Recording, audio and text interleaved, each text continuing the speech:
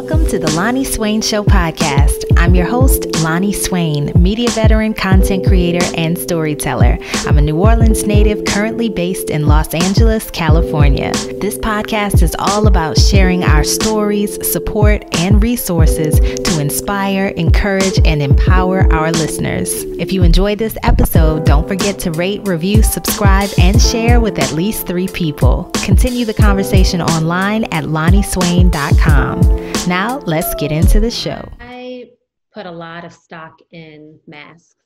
I think the fact that, so even things open, things closed, all that kind of stuff, I think that probably makes a bit of a difference. But I think the biggest thing is that in most places, people don't wear masks consistently.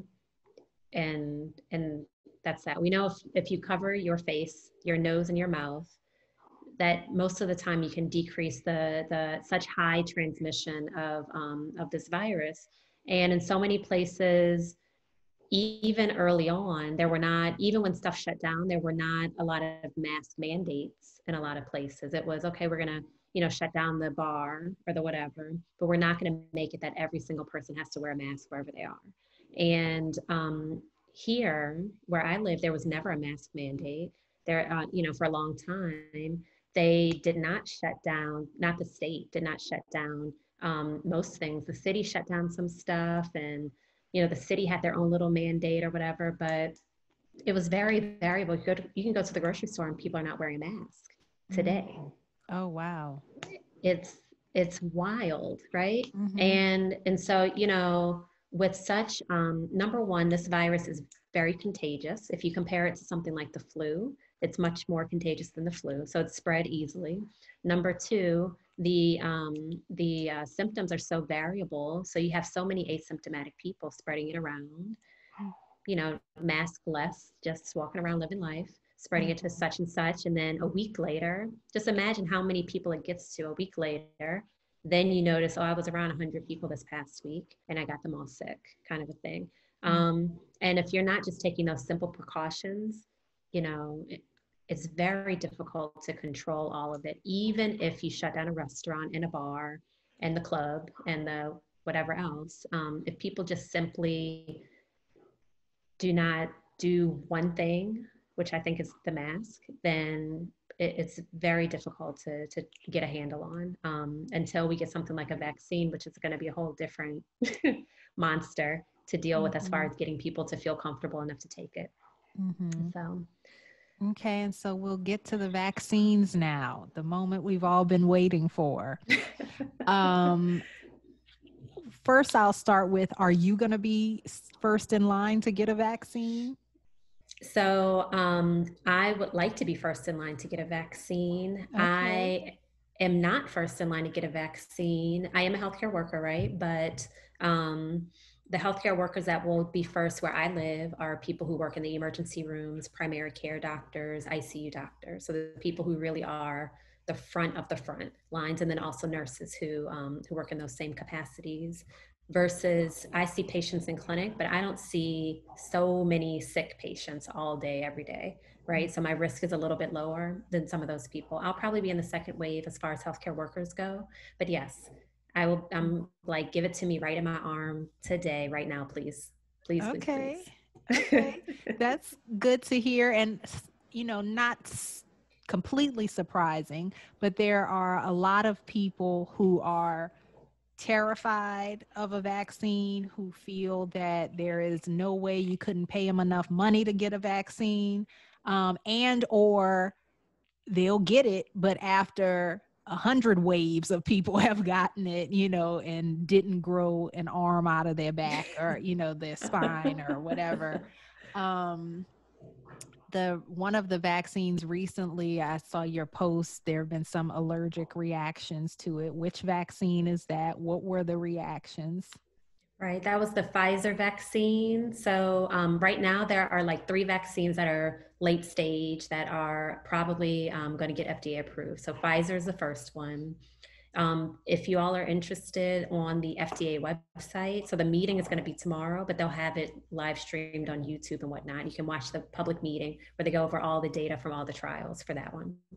And then the second one is Moderna. which is something that was made here by NIH and a company called Moderna. And then the last one is AstraZeneca, which was sponsored by Oxford University in the UK. The Pfizer vaccine was approved by the UK like last week or something, and they started giving it to their population like 2 days ago. And they had two nurses who received the vaccine and had what they're calling an allergic reaction. Now, they did not give more information about exactly what kind of reaction, what the timing was, all that kind of stuff. Are they still alive? They're alive. They're alive. Okay. They're alive. They said they're alive and they're doing well. Okay. Now, I'm an allergist and I'm like, I need the details. Right. What happened? Because it matters. I keep talking about timing. Timing matters. Did it happen within 5 minutes? Was it 30 minutes? Was it an hour? Was it 2 days later? Like, what was it? Did they have difficulty breathing? Did they get a rash? Did they, right? All there could be so many different extremes too of allergic reactions. Things. So exactly. The fact that they're vague about it makes me feel nervous. That if it were just a rash, maybe they would have said that. But if it was like life-threatening allergic reaction. I don't think so. I think that everybody is on pins and needles right now, and that they just want to like get through it, Okay. And so they rolled it out to, number one, in the clinical trials, the Pfizer vaccine has been given to like not hundreds, I would say about 40,000 people already. Wow. Have gotten 2 doses of this vaccine. And now in the UK, they've given it probably to thousands by now in the first few days. And out of that, 2 people, so just putting it in perspective, 2 people had an allergic reaction possibly. And it made headlines across the world. And I'm like, 2 out of, I don't know what the math is on that, 2 out of 40,000 is, I don't know, really a very, very small percentage of people who are having a problem. Right. If a percentage, if you can even give a percentage. If you can even give one. Yeah. So, I don't think it's a huge deal, as big of a deal as the headlines are making it, just based on that. And you don't make policies about who can and cannot get a vaccine or what their risk is based on 2 people. Mm-hmm. So that's my 2 cents on that. But the Pfizer vaccine is going to be evaluated on Friday by the FDA, and I think it'll probably be approved. And that will be the first one. Moderna's vaccine will be evaluated next week. That will probably get approved. And then the AstraZeneca vaccine does not have a date yet for their FDA kind of committee work. Mm-hmm. Okay. And so for the people that are listening that are skeptical, concerned about the vaccine. Now, well, let's first ask you your perspective on vaccines in general. Are you pro-vaccines, period, or just specifically for COVID-19? I'm pro-vaccines, period. There are lots of diseases that are preventable if you get vaccinated. There's measles, there's mumps, there's rubella, there's polio, there's smallpox, there's influenza, there's a whole host of things, and lots of devastating diseases that most of us our age and most people don't remember. Smallpox, thank God, we're not around during smallpox epidemics, but that killed and just hurt so many people across the world. And so I think we have the luxury of saying vaccines are not important because we didn't live through that. Mm-hmm. But, if you read books on vaccinations and how they've worked to really stop such devastating illness, I think most people would be for it too. There's also lots of bad information out there about vaccines, particularly linking it to things like autism and stuff like that, which is not true. There was one study that showed that, and that study was actually retracted because the researcher lied, and it had to be taken out of all of the books, right? But it still has persisted, just like a lot of bad information persists for a long time, even though we know that it's not true and it had never had any basis to start with. But in general, I think vaccines for most people, and there are some reasons why some people can't have them, but generally speaking, I think are a good thing. Mm-hmm. And so in regards to COVID-19 vaccines specifically, and people who are concerned, and especially at this point, because number one, there are so many unknowns. Number two, because people may be skeptical about the medical field, vaccines, all of these things individually. And then it's like the perfect storm of unknowns or skepticism. What would you say you think the benefit of getting vaccinated is, not just for you specifically, but for the country and for the community at large, collectively, in reducing the spread and getting it under control? Why do you think it's important? Yeah. So I think first, just like you mentioned, you're kind of doing a risk benefit analysis about if you want to travel or not travel or whatever. And the same thing here, you have to look at the risks of it and the benefits to it. And I think vaccines in general can stop bad disease outbreaks. And that's been proven time and time again. And so vaccines in this particular instance will be able to do the same thing as long as enough people get vaccinated. If that happens, we reach something called herd immunity, which means that the virus can no longer spread as easily in a community as it once could, because most people are already immune to it. So they can't catch it and spread it along. So that's really one thing. I think with this whole pandemic, thinking about kind of the collective good is where we need to be, and not just the individual good. We know that all of us are so connected. If I breathe outside and cough, I'm going to get people sick, right? If I'm sick, I can't just think about myself because I don't want to wear a mask. I have to think about my neighbor, my family, my friends, my colleagues. And so the vaccine is for you, for sure, but it's also to help your community. So that, I think, thinking about it in that way, for me at least, is helpful. The other thing is, I know a lot of people are skeptical about the speed at which these vaccines were developed. And I 100% get it, definitely get it. One thing I would say is that it's 2020, and I'm very happy that we have the advances that we do in science to be able to do something this quickly. So I think the speed is not a bad thing. The speed is a consequence of technology. So before, particularly for, let's say, the Pfizer vaccine, is something called an mRNA vaccine, which has been studied for a long time for different types of diseases. And it's not been all that successful because of issues with how it's stable and it kind of breaking down once it's used, and not being strong enough to do what we wanted to do. The reason they were able to develop an mRNA vaccine for SARS-CoV-2 or COVID-19 so fast is because the technology to make it more stable is now here. And so people know how to use it. They know how to make this particle so that it stabilizes in the vaccine itself, and then it can be administered to you without getting broken down and degrading too fast and all that kind of stuff.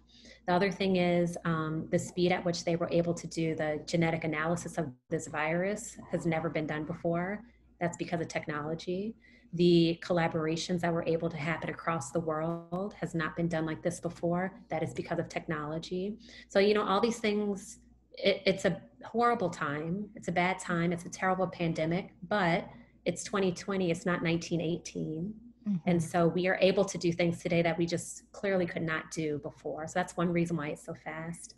The other thing, safety-wise, 40,000 people for each vaccine. Each company that's made it have gotten vaccines so far. None of them have had horrible reactions that we are aware of. Now, we know that that's not going to be 100% for every single person across the world, but that's pretty good odds that you're going to be okay. And then the last thing I would say, from like our people, my people, we are like not about it. And I get it. We have plenty of reason to be skeptical. Plenty of reason to think that people are out there to get us. Plenty of reason to think that the science is not for us. Backed up research. Documented, backed up receipts, all kinds of receipts. But a few things. Number one, for the Moderna vaccine in particular, the lead scientist on that is a Black woman. Okay. Number two, for the research staff and scientists and all that, for a lot of these companies that have produced all this are people of color. So it's not just, the big bad man who's up there making stuff for us to take, right? We are at the table. We are in the lab. We are producing these things. We are bringing to the table what we know our communities are concerned about and trying to let everybody know, okay, we hear you, we get it, but this, you know, this is what it is, this is what it's not, kind of a thing. And, you know, that's what I've tried to do, is be very clear with when I say things based in actual facts, right? So we know the science behind this. We have the data behind it to back it up. That's why I'm saying I think it's safe. That's why I'm saying this and that and that. The regulations that are there to make sure that people are not treated in the way that they were treated during Tuskegee or Henrietta Lacks or all these other atrocities that happened. Again, it's 2020. It's not 1965, right? We have stuff in place to protect us and to make sure that the best science is happening, that is going to be good for everybody, not just, you know, some groups of people. Ooh, that was a mouthful. Right. And now I'm not sure that I'm running in line to be the first person, but what did make me feel more comfortable is that it wasn't even an option for me to be the first in line, because they're giving it to medical professionals first. So I feel like, okay, you know, if you're in the medical field and you're willing to take it, and or you're going to be taking it first, then I think that that gives me some sense of safety or security that, you know, medical professionals who do have more knowledge about vaccines than I do, and they're signing up for it based on everything we know and don't know, that did make me feel a little bit better. Whereas I feel like before it was like, oh, they're gonna do the trials on, you know, the poorest communities and, you know, wipe us all out and blah blah blah, you know, all of that stuff that was probably just started from one bad meme online or something, you know, not founded in anything factual. But one other question about vaccines, and then I know I'm going to let you go. Since COVID impacts different people so differently, there has been a question of, will one specific vaccine work for everyone, or do the vaccines need to be more customized, I guess? I think that's a good question. So far, I'll say for the Pfizer vaccine, the Moderna vaccine, I'm not sure for the AstraZeneca one, but for Pfizer and Moderna, the people who did the clinical trials made it a point to have super diverse groups of participants. So white, Black, Hispanic, Asian, old, young, people with heart disease, people who are obese, people with, you know, all kinds of different things to answer that particular question with as much certainty as possible. Again, it's not going to be 100%, but based on the trials, when you look at kind of, we call it subgroup analysis, you look at the different groups. So you look at just Black people, just white people, just Latinx people. How did the vaccine do? It's 95% effective in Black people, white people, Hispanic people, old people, young people, you know, obese people, non-obese people.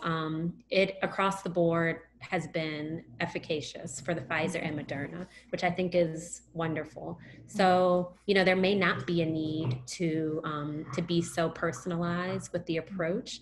I think if some of the other vaccines that are coming out, if we start seeing lots of variability with how effective they are, then maybe that's something that needs to be looked at.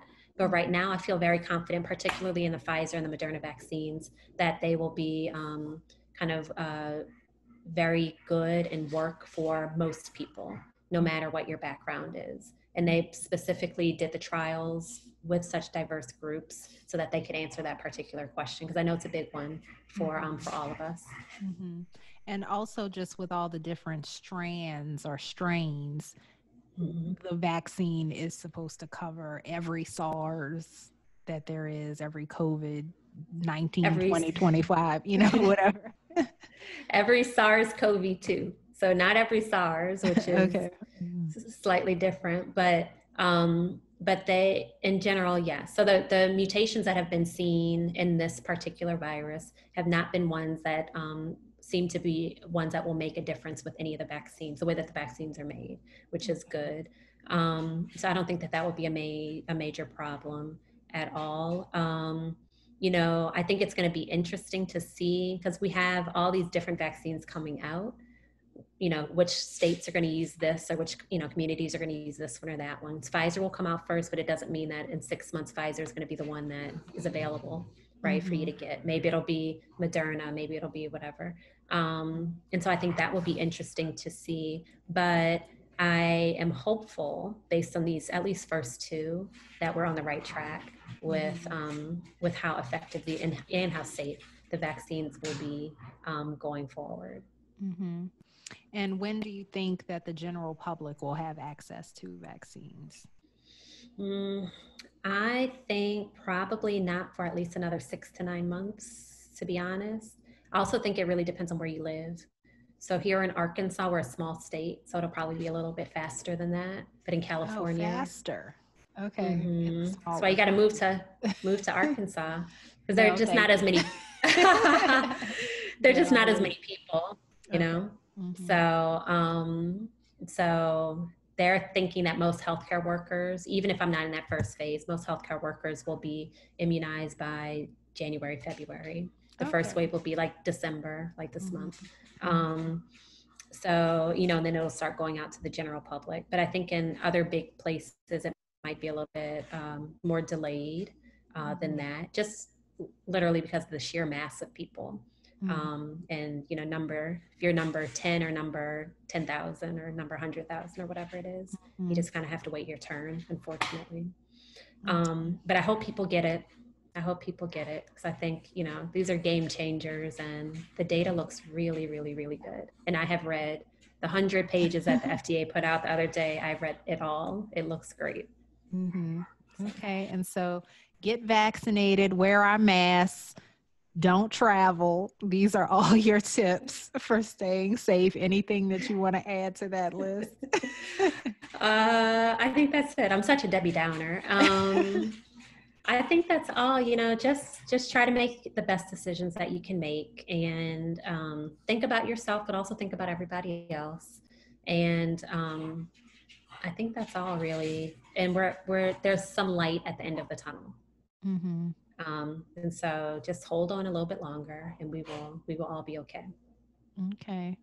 Well, Dr. Akilah Jefferson Shah gives weekly updates on COVID-19 on her Instagram page. So let everybody know where they can find you, how they can get in touch with you.